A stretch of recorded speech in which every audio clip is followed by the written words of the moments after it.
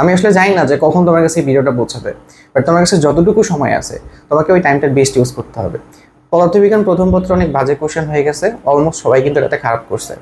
এখন second part কেমন হবে আমরা কোনো প্রেডিকশন দিতে পারতেছি না, তবে এটা নর্মালি হওয়া উচিত। জাস্ট আমরা একটা আশা দেখতে পারি, ফার্স্ট পার্ট যেহেতু ব্লান্ডার করছে, সেকেন্ড পার্ট হয়তো ইজি করবে নিজেরা সমালোচনা থেকে বাঁচার জন্য। মানে যারা কোশ্চেন করে আলটিমেটলি হয়তো বা ওই কোশ্চেনটাই সিলেক্ট করবে যেটা তোমাদের জন্য হয়তো বা সহজ, এটা আমরা ধরে নিতে পারি। ঠিক আছে, একটা পজিটিভ আশা নিয়ে আসলে সামনে আগাইতে হবে। এখন তোমাদের যে সিচুয়েশন, আমি 90% স্টুডেন্টের কথা বলতেছি, সবার তো সিলেবাস শেষ হয় নাই অবভিয়াসলি। 95% একে তো বন্ধ তোমাদের কম, 2 নম্বর হচ্ছে এত ঝাইঝামেলা গেছে। আর ভাই ফার্স্ট পেপারের এক্সাম যদি এরকম খারাপ হয়, মানে পড়তে ইচ্ছা করে না। তোমাদের জায়গায় থাকলে হয়তো আমি পড়তেই পারতাম না।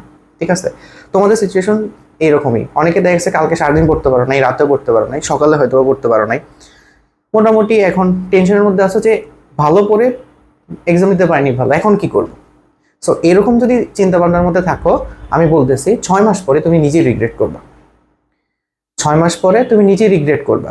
তুমি যখন ইউনিভার্সিটি অ্যাডমিশন দিতে যাইবা, হয়তো দেখবা যে ফিজিক্সে রিকোয়ারমেন্ট কমায় দিছে, হ্যাঁ, বাট তুমি তোমার ওই পোটেনশিয়ালটা দাও নাই, তোমার নাম্বার তো আরও কমে গেছে, এখন তুমি অ্যাপ্লাই করতে পারতেছো না। তুমি যে ভয়টা ছিলা যে ধরো তুমি ইঞ্জিনিয়ারিং অ্যাসপাইরেন্ট, তোমার A+ লাগবে, অথবা ধরো তুমি পাস করতে চাচ্ছ, তুমি ভাবছো সেকেন্ড পার্টও সেম কোয়েশ্চেন হবে, পড়ে কি হবে, বা আমি ভালো লাগতেছে না, তো তুমি পড়লা না। হ্যাঁ, তো দেখা গেছে এতে করে তোমার ফেলও আসতে পারে। যাদের টার্গেট ভাই আমি হচ্ছে আমার ইঞ্জিনিয়ারিংয়ে অ্যাপ্লাই করতে হবে, তুমি যা দেখলা যে রিকোয়ারমেন্ট ফিজিক্সে A+ দেয় না, তো যদি সবাই খারাপ করে তাহলে কি রিকোয়ারমেন্ট A+ দিবে? এ গ্রেড দিছে, তোমার এ গ্রেডই আসলো না, তখন কি হবে? সো অ্যাকচুয়ালি তুমি যদি সময়টা ইউটিলাইজ না করো, তোমার কিন্তু মানে দিন শেষে 6 মাস পরে এটা নিয়ে বহুত আফসোস করবে। ঠিক আছে, আর কোয়েশ্চেন কঠিন হয়েছে সবার জন্যই, সবার উপর দিয়ে গেছে। ঠিক আছে, আবার সেকেন্ড বার নর্মালি ইজি হওয়ার কথা, যদি কঠিন হয় সবার উপর দিয়ে যাবে, বাট ওইটার মধ্যে যারা ভালো করবে তারাই তো আবার ওইখানে সিলেকশনে অ্যাপ্লাই করতে পারবে, তাই না? সো যদিও এটা আনইথিক্যাল ভাই, যে এক এক সময় এক এক বছর কোয়েশ্চেনের প্যাটার্ন এক রকম হয়, একটা স্ট্যান্ডার্ড মেনটেন করা উচিত, সেগুলো নিয়ে কথা বলা আসলে লাভ নেই। বাট এখন তুমি তোমার সিচুয়েশন থেকে কি করবে? তুমি যদি এখন এই টেনশনে পড়াটা বাদ দিয়ে দাও তাহলে কিন্তু শেষ। এখন তোমার টার্গেট কি? অনেকে আবার এখন তোমাকে বলবে বেসিক থেকে পড়ো, তারপরে হচ্ছে আবার ডিপ থেকে পড়ো। এখন ওগুলো করার আসলে সময় নাই। তোমার কাছে যদি 10 দিন 15 দিন 1 সপ্তাহ সময় থাকতো, আমি তোমাকে বলতাম যে তুমি একটা চ্যাপ্টার পড়ছো, ওটা আরো বেসিক থেকে পড়ো। না, এখন ডিরেক্টলি তোমার কাজ হচ্ছে তুমি যা পড়ছো ওটাকে রিভিশন করবা, যা পড়ছো ওইটা রিভিশন করবা, যাতে এক্সাম থেকে বের হয়ে না মনে হয় আমি এর থেকে আরো বেটার করতে পারতাম, বা আমি একটু পড়লে আরো 10-15 মার্ক বেশি পেতাম। এই সাফারিং যদি থাকে, তুমি যদি ইউনিভার্সিটি অ্যাডমিশনে যখন অ্যাপ্লাই করতে পারবে না, তখন কিন্তু তোমার কাছে মানে নিজের সব মানে গিলটি ফিল হবে অনেক বেশি, যে আমি একটু পড়লেই হয়ে যেত। ঠিক আছে, সো এটা তো আসলে কিছু করার নাই এই ক্ষেত্রে, বাট তোমার হাতে যেটা আছে তুমি যদি এটা মিস করো তাহলে আলটিমেটলি এখান থেকে অনেক বেশি সাফার করবে। তো যতটুকু সময় আছে ওই সময়টার বেস্ট ইউজ করো। ফিজিক্স সেকেন্ড পার্ট ডিপ থেকে পড়ার দরকার নেই ভাই, তোমার কাছে ওই টাইম নেই। তুমি যতটুকু পারো, তুমি যা পড়ছো ওইটাকে রিভাইজ করো পারবে। ঠিক আছে, ফর্মুলা সূত্রগুলো বারবার রিভিশন করে যাও। অ্যান্ড যদি এরকমও হয় যে কালকের এক্সামের কোয়েশ্চেনটা অনেক বাজে আসছে বা অনেক কঠিন আসছে, সমস্যা কি? সবার জন্যই যাবে, বাট আমি যাতে ওই সবার মধ্যে র্যাঙ্কিংয়ে থাকি। ঠিক আছে, আমি যদি প্রেশার নেওয়ার কারণে আমার র্যাঙ্কিংটা যাতে অনেক নিচে না নেমে যায়। ঠিক আছে, তো এই চেষ্টাটা করো, তাহলে দেখবা যে মোটামুটি তুমি এখান থেকে আস্তে আস্তে সব ঠিক হয়ে যাবে। এটা কোনো ইস্যুস না, আস্তে আস্তে ঠিক হয়ে যাবে। কোয়েশ্চেন ভুল হলে নাম্বার দেয়, বেশি করে মার্ক দেয়। তো এত টেনশন নেওয়ার আসলে কিছু নাই। দেখবে ইউনিভার্সিটি রিকোয়ারমেন্টটা হয়তো কমায় দিবে যদি সবার খারাপ হয় আলটিমেটলি। হ্যাঁ, সো লাস্ট যতটুকু সময় আছে এটা বেস্ট ইউজ করো। আর আমি অলরেডি তোমাদের এখানে 5টা চ্যাপ্টার রেডি করে দিছি।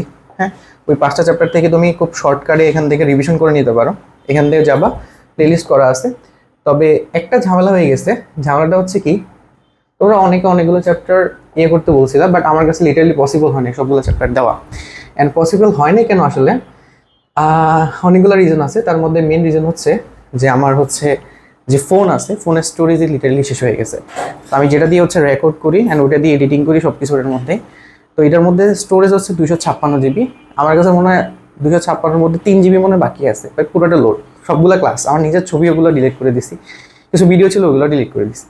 এখন আসলে রেকর্ড করা আসলে পসিবল না। পিসি ছিল, পিসিতে যে আমি নিব, পিসিটা হঠাৎ করে কাজ করতেছে না, না হলে আমি আরো 2-3টা চ্যাপ্টার তোমাদেরকে দিতে পারতাম। ঠিক আছে, সো এটার জন্য এক্সট্রিমলি সরি। আর বাকি যে যতগুলো চ্যাপ্টার আমি দিছি এখানে, হ্যাঁ 5টা চ্যাপ্টার দিছি, 5টা চ্যাপ্টার কিন্তু খুব ইম্পর্টেন্ট চ্যাপ্টার, যে তাপগতিবিদ্যা, তারপরে হচ্ছে তোমার পরমাণু মডেল, আধুনিক পদার্থবিজ্ঞান, স্থিরতড়িৎ, তারপর হচ্ছে যে চলতড়িৎ।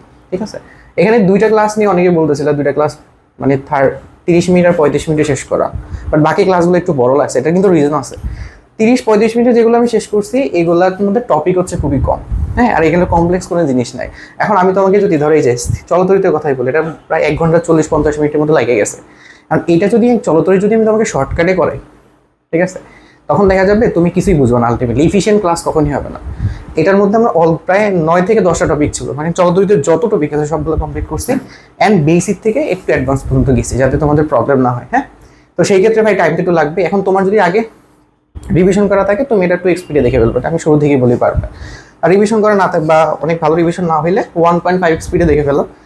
স্থিতরিত 1.5 ঘন্টা লাগছে, কারণ এখানে আমি টাইপ অনেকগুলা ক্যাপাসিটর আছে, বিভব প্রাবল্য, অনেক বেসিক জিনিসপত্র, ডায়াগ্রাম প্র্যাকটিস না করলে পরীক্ষা ভুল করো, সো ডায়াগ্রামও প্র্যাকটিস করাইছে এগুলোতে। হ্যাঁ, সেমভাবে তাপগতিবিদ্যা 1 ঘন্টার মধ্যে শেষ। এখানে যেন প্রচুর কন্টেন্ট আছে, সবগুলোকে 1 ঘন্টার মধ্যে শেষ করা। সো এটা দেখে নিতে পারে, এখান থেকে আশা করি হেল্প করবে।